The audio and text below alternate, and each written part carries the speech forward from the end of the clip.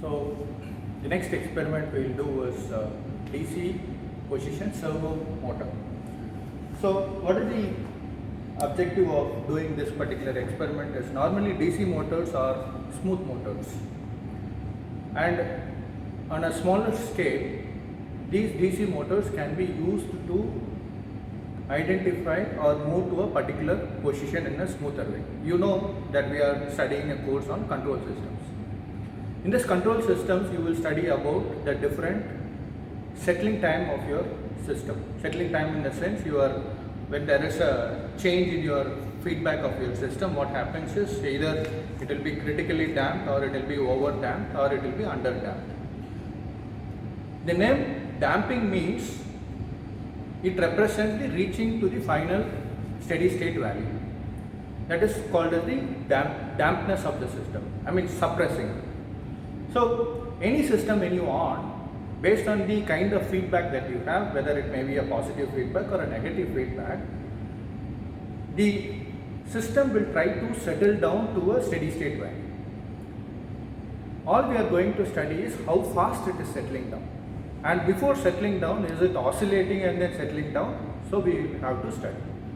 For that, what we have taken is, we have taken a simple DC motor, and then we have taken, in fact we call this as a servo system. Servo system in the sense, normally to find out how the difference in the feedback is taking place. So you look at this study setup. If you look at this study setup, it looks very complicated, but it is nothing but all your operational amplifiers. The most important thing that you must see here is your reference potentiometer here and output potentiometer. This reference potentiometer is connected to this green input here, green input. Similarly, this output potentiometer is connected to this dotted line, this DC servo motor, which is connected to a gear train, which is in turn connected to a load. And if you see, which is in turn further is connected to a reference potentiometer. So as I change this, what I'm going to get is this particular change, the shaft of this potentiometer will be connected to this DC servo motor here, and as I change this will be connected to a gear train inside. And when you see a gear train inside, this gear train is intended connected to a pointer. So when I change this, what is that it's happening? This pointer, this yellow RMR pointer that you see here, it is going to move up and down. And already there is a voltage that will be applied. Say let us assume that it is plus V reference. Plus V reference corresponds to, say, a reference DC voltage plus 12. When I change this, what is that it is happening? It is from when it is 0 position, this pointer will be in the minimum position. As I rotate, as I keep on rotating, what happens is this pointer moves to the maximum resistance position. Okay, or vice versa also. It may move to the reverse maximum position. What happens? What happens is the voltage that this position is generating is fed to one inverting amplifier.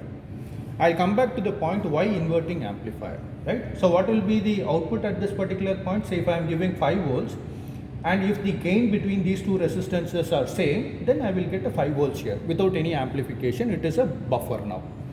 If there is a gain of, say, RF by R is, the feedback resistance by R is 2, then my output voltage will be 10 volts here. So this is nothing but an inverting amplifier. It's not 10 plus 10, it is minus 10 here. Why we are giving an inverting amplifier? Now let us come back to this particular position. What is this is the input potentiometer, which means this movement. Okay, please remember, this movement will affect this output potentiometer, and this movement is directly fed to the yellow line. Now, as I move this input potentiometer pointer is going to move. And if you see the combination of these two things, forget about the third one, I will come back later. So I am changing this, and there is an effect that is taking place in the output potentiometer. So I will be having some voltage across the second resistor, and there will be some voltage across the first resistor, but in the negative voltage. Please remember, this is an inverting amplifier. So if I am giving 5 volts here, because of the feedback system, it will not be 5, it will be, say for example, minus 4.5. So the difference, what is this circuit completely? This circuit is nothing but a summing amplifier. So this is a summer, but you are adding plus 5 plus minus 4.5. So in other ways, this particular circuit is behaving like a difference amplifier.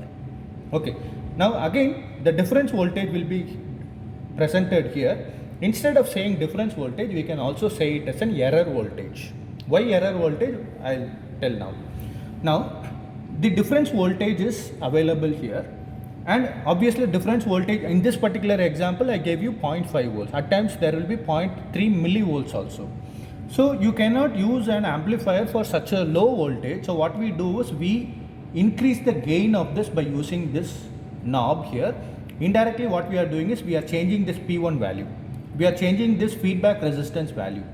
This is again a non-inverting amplifier, right? So by keeping this in the maximum position, whatever the very small signal that we are getting, it will be amplified. Okay, so at this particular portion you get a very large voltage because of the huge amplification gain we have provided through this particular knob.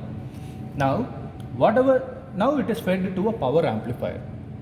Please remember here that the voltage that you are having it here will not have sufficient current. Why they will not have sufficient current is because they are driven by operational amplifiers, so the output current will be very, very small. In order to boost both the voltage as well as both the current, in turn we are increasing the power. Okay, we are increasing the voltage is already increased, and we are increasing the driving current by using a power amplifier. By doing this internally, we are increasing the power, total power, that is voltage and current. By increasing the power, we are giving it to a very small DC motor. This DC motor's rotor now will start rotating based on the power that is available across this power amplifier.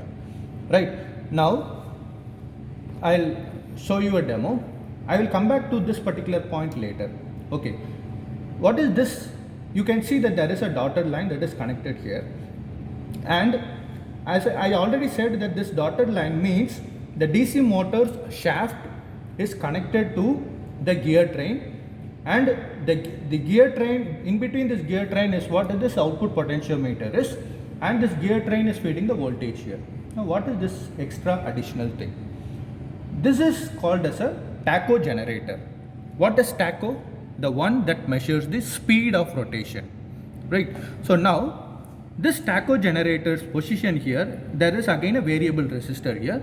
This is fed to the summing amplifier. What does it mean? There is already a difference that is being added here. In addition to that, you are adding a tacho generator's output, which means that you are doing a derivative control over here.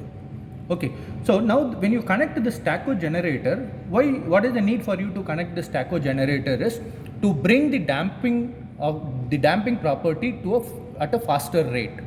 I'll show you when I do the experiment. I'll show you. So by switching on this tacho in, you are trying to make the feedback system work faster. Now there are two modes of operation when you are using this tacho generator.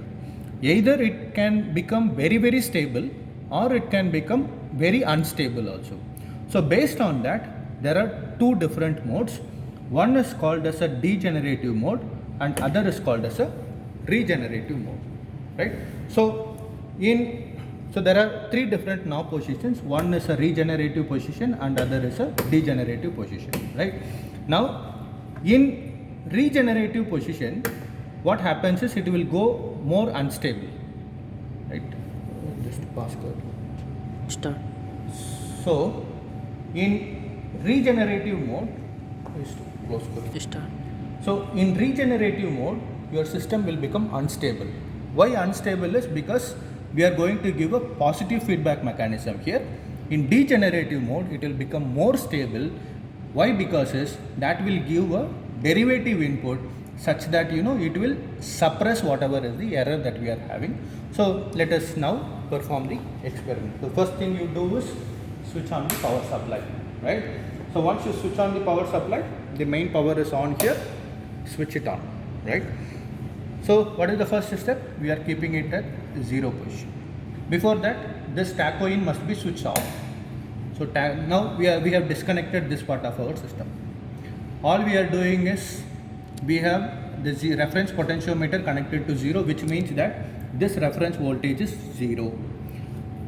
Now look at the output potentiometer, that is also 0. So what happens? This is 0 volt, 0 volt. The amplified voltage is also 0 here. So the difference is also 0 here. So nothing is taking place. Now what I do is I move this to say 60. Now observe there, right? It took some time to reach to that particular value, right? I am repeating it. Now we are having it at 0. I am going to move it to 150, and now you observe this potentiometer. It will take time to reach that 150, right? I have moved it fast. See, look at that position. Before reaching that 150 also, it was trying to oscillate. Now I will explain you what is the reason here. When I changed this to 150, which means that I have supplied a voltage here, right? Here it was 0 volts, right? Because this did not start moving. Here it was 0 volts, so the error was large. When the error was large, what happens is the gain is also maximum, you see. So the maximum gain and the maximum voltage will be here. That is fed to the power amplifier, and maximum power is given to the DC servo motor such that it rotates to a maximum value. And once so it started rotating closer to 150. When it reached 150, as it moved, what happens is this voltage might have moved. When this voltage moved, obviously this negative voltage must have increased. So when this negative voltage increased with a constant reference potentiometer's voltage, the error here must have decreased, and we are amplifying this decreased error, so the power fed to the DC motor must also have been decreased. So that is the reason as it moved closer, the feedback was taking some time. A small oscillation you were able to witness because your feedback is trying to match your reference potentiometer's voltage. Okay, so now how do you do this experiment is, again you will tabulate it starting from 0. Right? Starting from 0, you will tabulate this table, right? What is this particular table?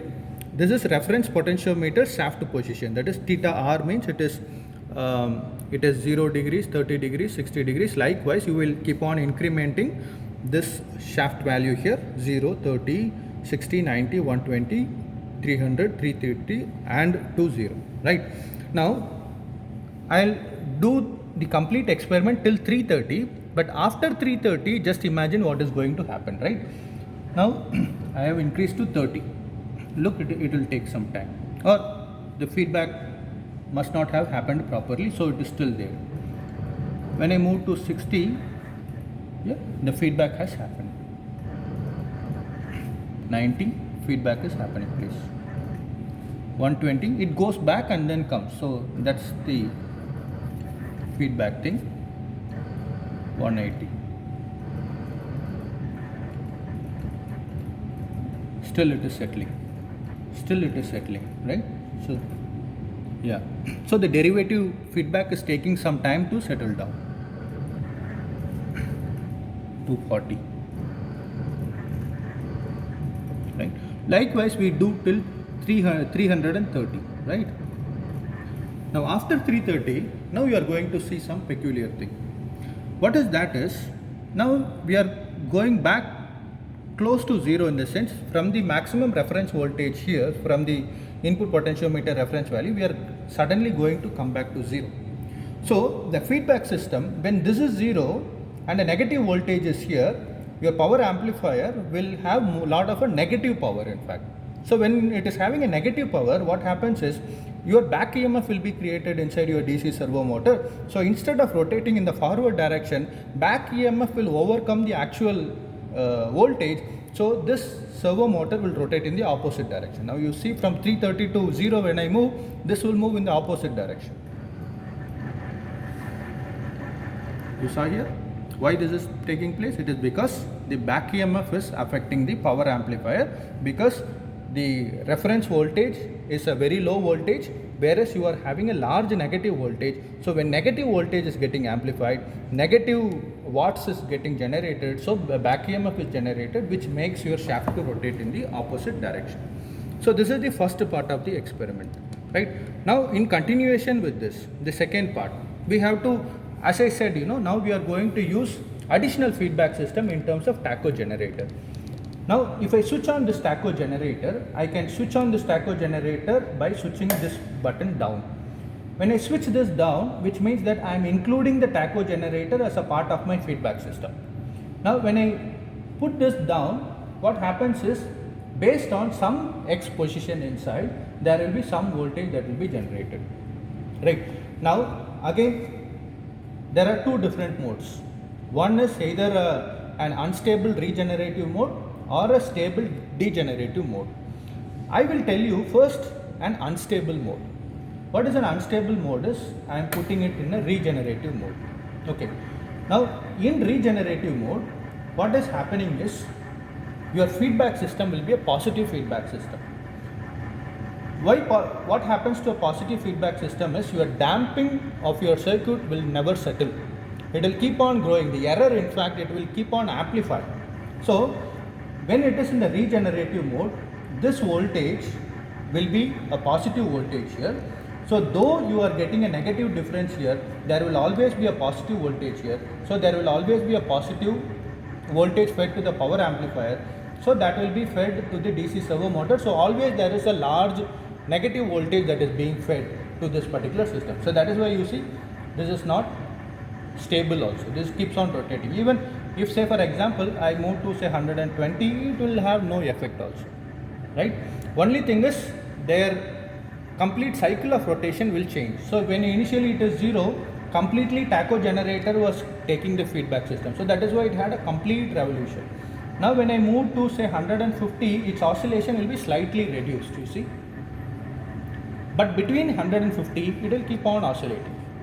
Why is it doing? It is because we are reducing the difference voltage here. When I move to close to 330, then it will further reduce. Right? Okay, it will take some time. 200, it will further reduce. It has to reduce, right? So this is called as the degenerative mode. Now coming to the regenerative mode. What is a regenerative mode? Means I have to just push this down. In regenerative mode, from the tacho generator also, we are giving a negative feedback. Then what does it mean? Everything is a negative feedback. The small error that you are having will be amplified, will be fed to the DC servo motor, and it will be differentiated and fed through a tacho generator now, right? So this tacho generator gives you a differential angle position with respect to time, d theta by dt. So when it gives you a differential, that is a derivative of your differential position, then the voltage that is being fed is a further addition to your error correction. So you see here, I am going to start from 0, and so let that also settle at 0. Now we are in a degenerative mode. Now you can clearly see an overdamped system. Overdamped system means, as the settling time will be larger, but it will settle very, very smooth. I am going to keep it at 240. Now it will take long time to reach 240, but it will smoothly reach 240. So that is called as an overdamped system. You see here, it is taking long time, still it is taking time, but it reaches to 250 very smoothly. Right? Now without this tacho generation, let us again see here what is the difference here. Right? I have moved to 240, it will slightly move faster, but there will be an oscillation at that point. You see, this is the critically damped position. Right? Now we have studied the three different damping positions. One is the underdamped position, critically damped position, and the overdamped position. So without the tacho generator that you saw was a underdamped, and then the last one with tacho generator and degenerative mode, we saw the overdamped position. Right? So this is what is about the experiment is. And additionally, what happens is, please make sure there are two knobs here. One, you have to always have the maximum gain. You can keep it at the minimum gain also, no issues. But when you keep it at the maximum gain only, even a small error can be amplified. Okay, so that is the reason you have it as this particular knob position in the maximum. Second is this particular knob. This particular knob helps you in bringing this particular dampness faster, right? So this knob is like adjusting this X position here. So what is the reason for you to adjust this X positions? In fact, you are trying to maximize the differential voltage that this tacho generator is generating. So again, by adjusting this will bring the dampingness much faster. Maybe you can see here I'm keeping it in a maximum position, okay, starting from 0, right? Again, let me move to 240. It will move slightly faster when compared to the previous case, right? When this is in the lowest position, again let me come back to the original 0. Now this knob is in 0 position, 0 value.